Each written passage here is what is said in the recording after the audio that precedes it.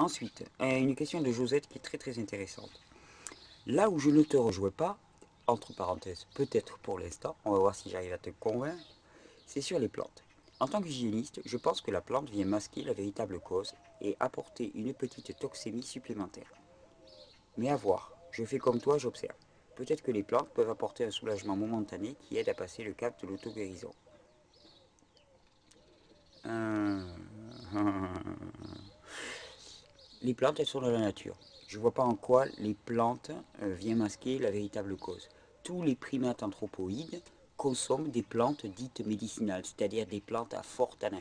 Ce qu'il faut comprendre, Josette, c'est que la plupart des plantes médicinales dont on va parler sont des plantes qui sont juste des plantes qui ont des principes actifs extrêmement concentrés. Je vous ai déjà dit, pour moi, il n'y a pas de poison, il n'y a que des doses. Et les plantes médicinales, c'est juste des plantes qui ont des principes actifs extrêmement concentrés. Et les plantes médicinales ne sont médicinales que par rapport au vide des plantes que l'on consomme dans notre alimentation. Moi, je me souviens avoir consommé dans la forêt du nord de l'île de Sumatra en Indonésie l'année dernière, avoir consommé des feuilles que consommaient quasi quotidiennement les orang-outans.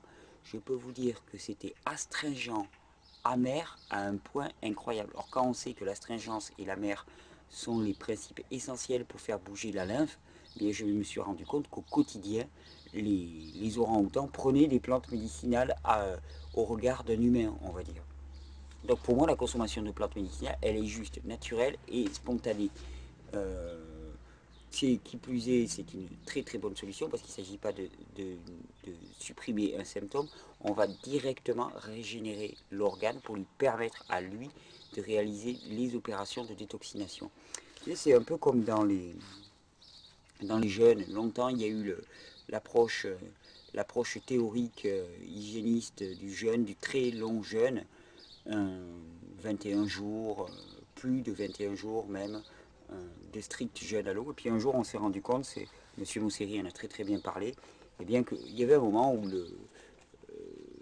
l'élimination s'épuisait au bout de quelques temps et qu'il valait mieux la relancer avec un demi-jeûne. Et c'est là où on a vu apparaître le demi-jeûne hygiéniste. Alors, et pour quelle raison est-ce qu'on ne pourrait pas utiliser les plantes pour relancer les détoxinations, faciliter les détoxinations, puisque les principes actifs dans ces plantes ne sont que les principes actifs que l'on devrait retrouver naturellement dans une alimentation si on vivait comme des bonobos.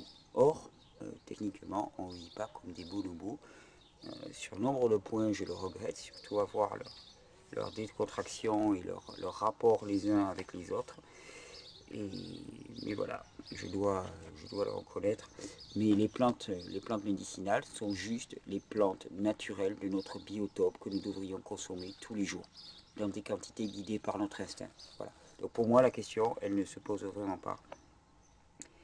Je regarde toutes tes vidéos, mais c'est Josette toujours.